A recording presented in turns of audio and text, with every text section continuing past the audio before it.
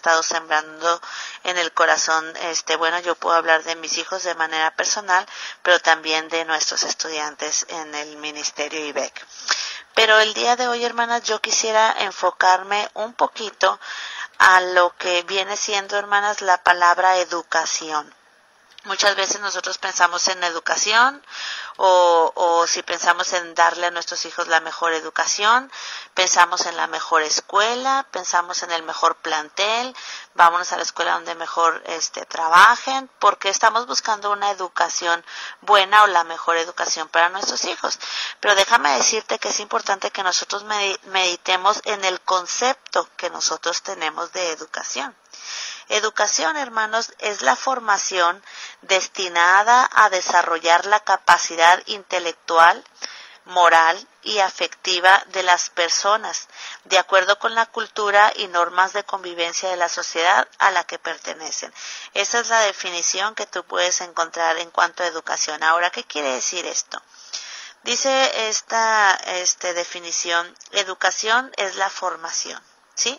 Educar es formar, hermanos. Es como si Dios nos entregara a nuestras manos una bolita de masita flexible,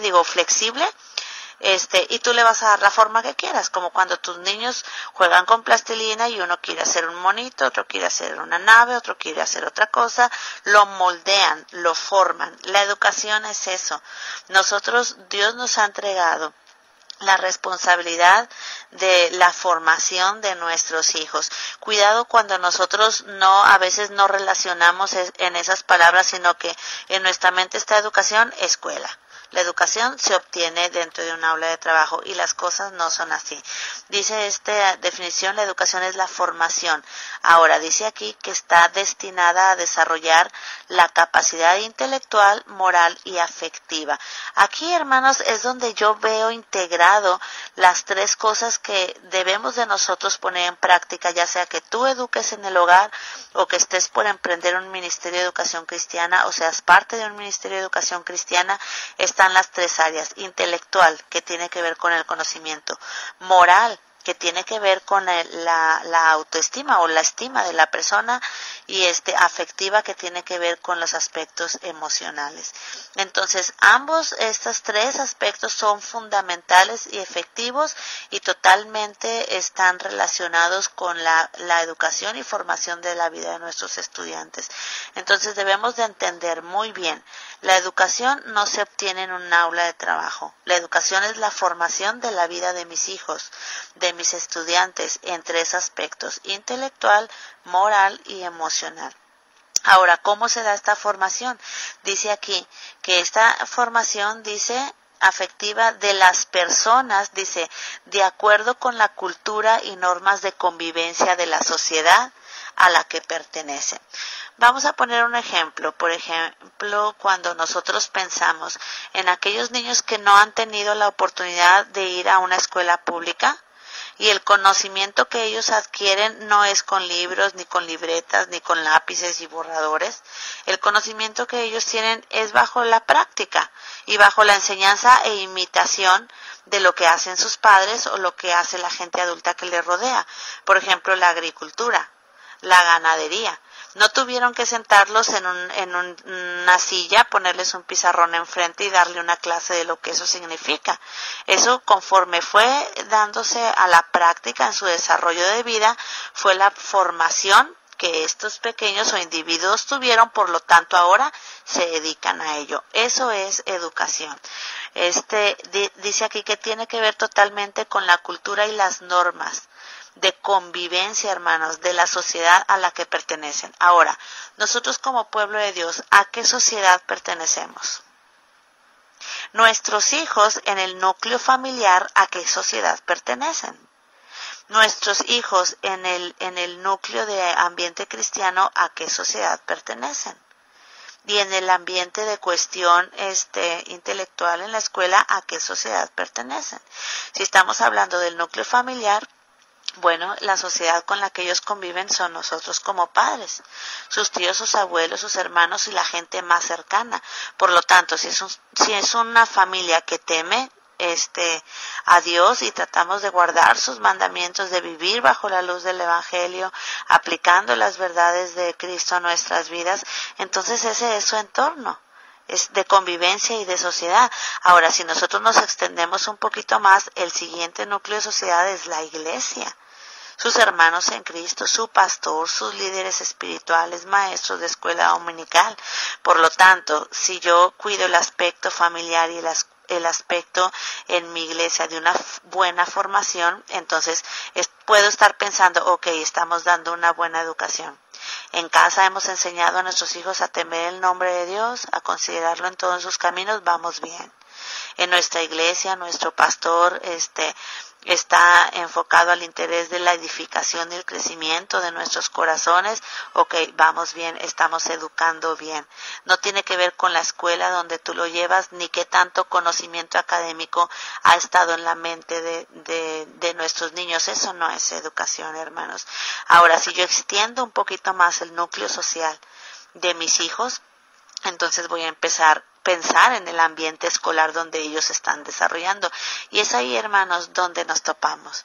Porque muchas veces nosotros como pueblo de Dios, me incluyo en las primeras momentos en que uno solamente va siguiendo el patrón del mundo. Ya sé que mi hijo cumple 3 años, va primero de preescolar. Luego de preescolar tiene que entrar a la primaria, luego la primaria a la secundaria y de la secundaria a la prepa, y ahí que escoja una carrera, que tenga una buena solvencia económica y él pueda hacer algo de él en la vida. Es el patrón de conducta que está establecido por el mundo, ¿verdad? No nos ponemos nosotros a pensar, el mundo también nos ha enseñado que los niños tienen sus derechos, que ellos deben de ser educados. Si sacamos al niño de la escuela, podemos tener problemas con el gobierno, pueden ellos interferir y quitarnos nuestros hijos. Muchas cosas, hermanos, que vienen a frenarnos y nos tienen cegados, y tenemos que seguir caminando con la corriente que el mundo ha estado marcando, hermanos, pero las cosas ya no están siendo así. Así como Dios está haciendo algo en México, en el despertar para la obra misionera, yo tengo la convicción firme en mi corazón que Dios está haciendo algo en México en cuanto a la educación cristiana.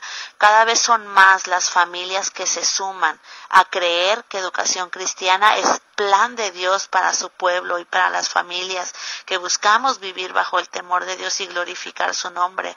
Y también, hermana, estoy convencida de que poco a poco cada vez más iglesias, más siervos de Dios van a pararse en la brecha y a tomar desafíos tan importantes como lo que es educación cristiana, porque esto se trata, hermanos, de la formación de las próximas generaciones. Entonces, la educación que nuestros hijos puedan tener no se obtiene en un aula de trabajo, no se obtiene en la mejor escuela, y tampoco se obtiene, hermanos, con un alto nivel de conocimiento intelectual dentro de la vida de nuestros hijos. No lo veamos de esa manera, porque las cosas no son así. La educación se lleva a cabo en casa y en los núcleos sociales donde nosotros permitimos que nuestros hijos se desarrollen. Primeramente en la iglesia y después en el lugar donde tú le permitas crecer y desarrollarse de manera intelectual, ya sea la escuela pública, ya sea la educación en el hogar o ya sea un ministerio de educación cristiana. Entonces, para poder hablar un poquito de lo que estaremos tocando la próxima semana, es necesario que empecemos el día de hoy con una mente entendida de que la educación no se lleva a cabo en un plantel, la educación se lleva a cabo en casa, no es bajo las responsabilidades de excelentes maestros, es bajo las responsabilidades de nosotros como padres. Que Dios te bendiga, hermanas, es un placer muy grande para mí poder compartir contigo de las cosas que Dios ha estado mostrando a nuestros corazones en cuanto a este precioso e importante tema, educación cristiana, un fundamento para nuestro hogar. Que el Señor te bendiga. Hasta el próximo lunes y que tengas un muy precioso fin de semana.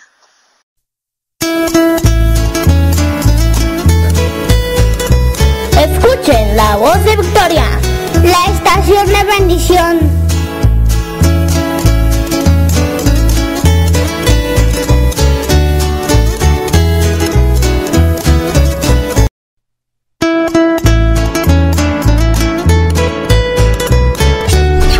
Están escuchando su programa El Canto del Gallo. El Canto del Gallo. Con el evangelista Hugo Martínez.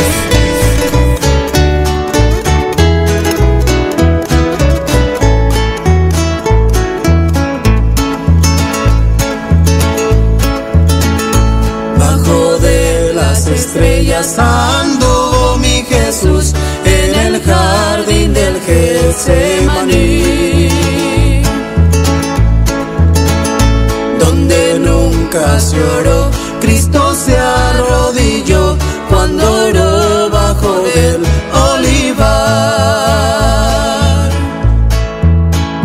Bajo del olivar, bajo del olivar.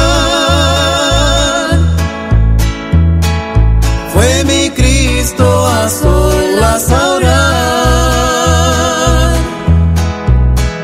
Sea tu voluntad, oh Padre Celestial, exclamó bajo del olivar.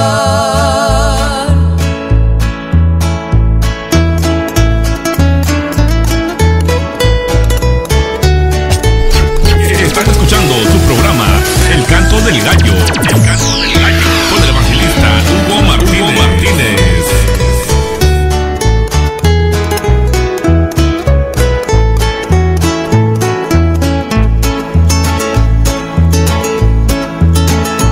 Cuando el Padre oró, muy triste se quedó, fue amarga la copa que él bebió. Gloria sea para él, mis culpas él llevó, cuando oró bajo del olivar.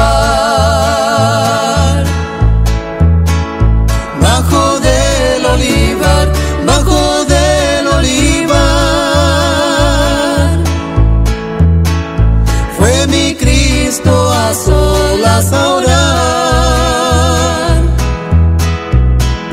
Sea tu voluntad, oh Padre Celestial, exclamó bajo del olivar. Bajo del olivar, bajo del olivar. Fue mi Cristo a solas a orar. Amén, amén. Y ya estamos aquí en línea con el pastor Jesús Hernández, completamente en vivo. Y bueno, estamos platicando de que gracias a Dios gente se ha comunicado con él, se ha contactado con él para pedir asesoría y consejería en cuanto al tema de la depresión. El tema de la depresión, hermanos, pues es importante. Fíjate, Jesús, que entre semana el pastor Freddy de Anda de la Iglesia Bautista Casa de Gracia de la de Chicago compartía una publicación de el sentir de Carlos Spurgeon en cuanto a la depresión. Y yo me acordaba de que hace como 15 días compartiste tú el tema de la depresión de Spurgeon. Amén. Y una hermana, ¿verdad? En los comentarios lo compartí, mucha gente le dio like y todo. Y una hermana en los comentarios dice, hermano, entonces Spurgeon se deprimía. Y le comenté, sí, hermana, de hecho, pues en varios de sus mensajes, en varias de sus predicaciones o de sus libros, pues él dejaba saber, ¿verdad? Daba a entender de la depresión con la que él batallaba, pero decía que él hallaba un consuelo en su depresión en Cristo, que se fortalecía en él. Y bueno, en cuanto a eso, todos necesitamos, hermanos, primeramente la gracia de Dios, la fortaleza del Señor, pero también, como platicamos y como ha predicado el pastor Jesús, hay personas que su depresión nunca se la tratan, nunca platican, nunca piden consejo, y las depresiones van degenerando y se vuelven cada vez más grandes hasta que de repente se llega a necesitar otro tipo de ayuda, ¿verdad, pastor? Así es, hermano. Y pastor, cuéntanos un poquito de cómo te ha ido en cuanto al ministerio de consejería. Mira, pues hermano, muchas gracias a Dios, ¿verdad? Le damos toda la honra y gloria a Dios. Y aquí es donde uno agradece a Dios, ¿no? Al haber pasado por esos tragos amargos, esos momentos difíciles, esa depresión, ¿verdad? Que pasamos nosotros el año pasado. Y no solamente yo, sino mi esposa, el haber pasado por sus depresiones y luchar con sus emociones por muchos años, pues nos ha equipado, hermano, para ser de bendición. Entonces ahorita, en cuanto alguien nos comienza a exponer o a explicar los síntomas y lo que está sucediendo, nosotros, hermano, pues gracias a Dios, Dios nos ha dado las herramientas para ayudarles y tranquilizarlos,